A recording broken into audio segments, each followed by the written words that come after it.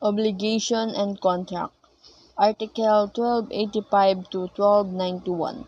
Compensation and evasion. What is compensation? Compensation is the extinguishment to the concurrent amount of the debts of two persons who in their own right are debtors and creditors of each other. Compensation is composed of two persons in which they will become a debtor and creditor to each other, and, and it has two obligations. Article 1285. The debtor who has consented to the assignment of the rights made by creditor in favor of a third person cannot set up against the assignee the compensation which would pertain to him against the assigner, unless the assigner was notified by the debtor at the time he gave his consent that he reserved his right to the compensation. The keyword here is the debtor who has consented to the assignment of rights made with the consent of the debtor. If the creditor communicated the cession to him but the debtor did not consent thereto, the latter may set up the compensation of debts previous to the cession but not subsequent one. The keyword here is if the creditor communicated the cession to him but the debtor did not consent thereto and set up the compensation of debts previous to the cession but not of the subsequent one.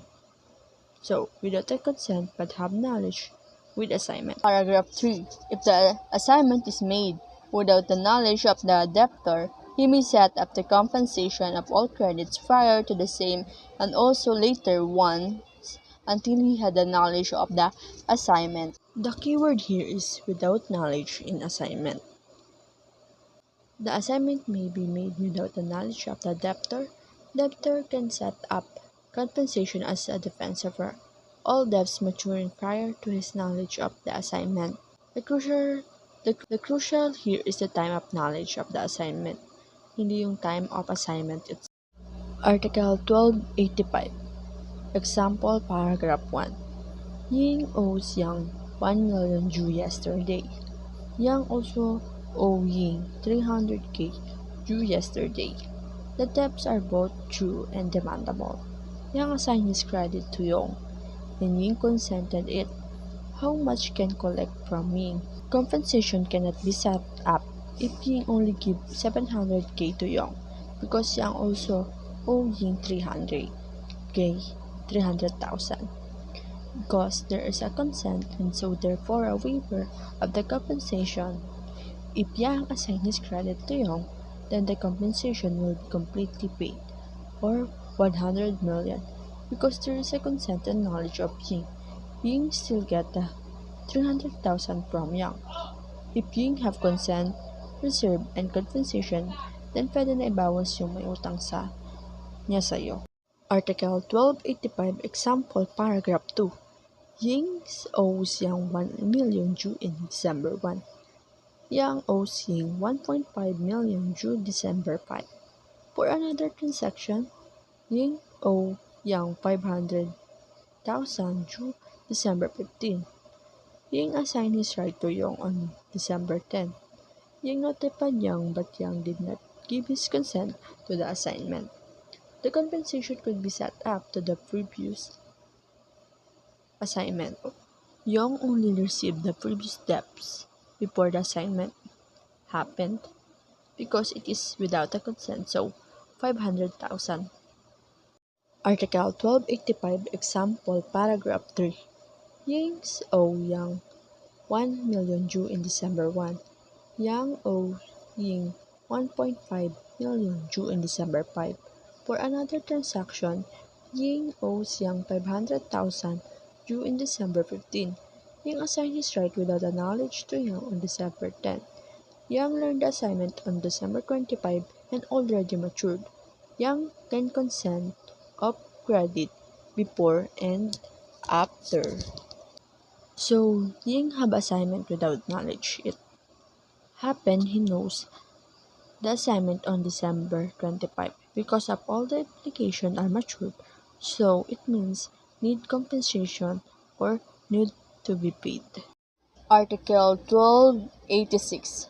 Compensation takes place by operation of law even though the debts may be payable at different places, but there shall be an indemnity for expenses of exchange or transportation to the place of payment. The keyword here is an indemnity for expenses of exchange or transportation to the place of payment. Article 1286. Example: Ying owes Yang $5,000 payable in California. Yang owes Ying 100,000 payable in Manila. So, if whoever who pay will be in charge of the expenses. For example, if Ying want to pay Yang, then Ying will be in charge with exchange fee or yung tinatawag na gas fee or yung conversion mismo. Article 1287. Compensation shall not be proper when one of the debts arises from the depositum or from the obligation of a depositary or of a vili incommodatum.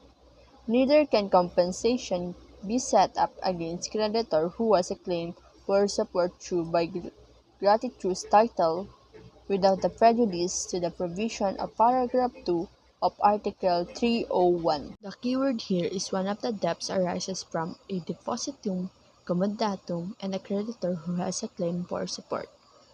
Legal compensation cannot take place. Depositum keeping a ship to it and return it to the owner. Second example. Article 1287 example. Yang borrowed ballpen to Ying. Ying owes Yang 100 pesos. Yang doesn't want to return the ballpen to Ying since it owes 100 pesos. Ying wants to return his ballpen from Yang, but he doesn't want to return it because Ying owed him 100 pesos. Yang wants to exchange the object, the ballpen, from the debt of Ying. Yang must return the ballpen unless Ying agreed to the condition. Article 1288. Neither shall there be compensation if one of the debts consists in civil liability arising from the penal clause. The keyword here is one of the debts consists in civil liability arising from a penal offense, like for example, robbery, physical offense. So, it is not allowed to be compensated because the penalty is different from debt. Article 1288 example. Ying owes Yang 1,000 pesos. Yang stole the ring of Ying worth of 1,000 pesos. Here does want to return the ring because he has a debt. Compensation by Yang is not proper, but Ying is the offended party can claim the right of compensation. The provision in Article 88 pertains only the accused but not the victim of the crime. So it means lang. In this case, Yang does not allow to compensate the robber to his credit from Ying. Yang must compensate and punish by law. If ever Ying want to compensate his debt to Yang versus on the stolen ring, it is allowed. This is an example of 1288. Article 1289. If a person should have against him several debts, which are susceptible of SIC compensation, the rules on the application of payment shall apply to the order of the compensation. The keyword here is several debts. So, if the debtor has several debts, it needs legal compensation. If these all debts are matured, the debtor has right to choose who will pay. But if he failed, the creditor has the right to choose. So in choosing what will pay first, most onerous rule obligation, yung mas nangangailangan talaga. So, for example, 1289 example. Ying owes Yang 1,000 pesos that due today. Ying owes Yang 1,000 with 6% interest that due today. Yang owes Ying 1,000 pesos. So in this example, Ying must pay the debt with interest, the 6% interest. Article 1290. When all the requisites mentioned in Article 1279 are present, compensation takes effect by operation of law and extinguishes both debts to the concurrent amount, even though the creditors and the debtors are not aware of the compensation. So, kung lahat ng kailangan na isaad sa Artikulo 1217 ay naroon, ang compensation ay magkakaroon ng bisa sa batas at buburi ng utang na magkabilang partido kahit na ang nangutang at nagpautang ay hindi batid ang kompensasyon. What is novation? Novation is a new obligation. It means the original obligations will be substituted for new obligation, also known as novation. Article 1291. Article 1291. Obligation may be modified by 1. Changing their object or principal condition. 2. Substituting the person of the debtor. 3. Subrogating a third person in the rights of the creditor.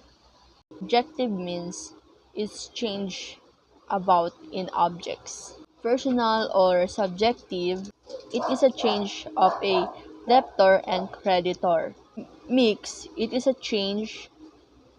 a combination of real or objectives, and it's change objective and subjective. Example, real or objective. Ying obliged himself to give Yang his Nissan Almera. Later on, they agreed that Ying give his Fortuner car to Yang. So, the real objective is to give Altera. The new obligation to give the Fortuner. The object was changed. Example of personal or subjective. Ying owes Yang 1,000 pesos. Later on, Ying, Yang, and Yong agreed that Yong will pay the 1,000 pesos to Yang. The real obligation, Ying owed Yang. The new obligation, Ying assigned to Yong his credit to be paid to Yang. The person changed. Example of mix. Ying promised to deliver his Range Rover car to Yang. Later on, Yang and Ying agreed that instead of car of Ying will be given to Yang, the substitute will be the car of Yang. So it was a combination of mix and real obligation that Will Yang will give his car to Yang. Thank you for listening.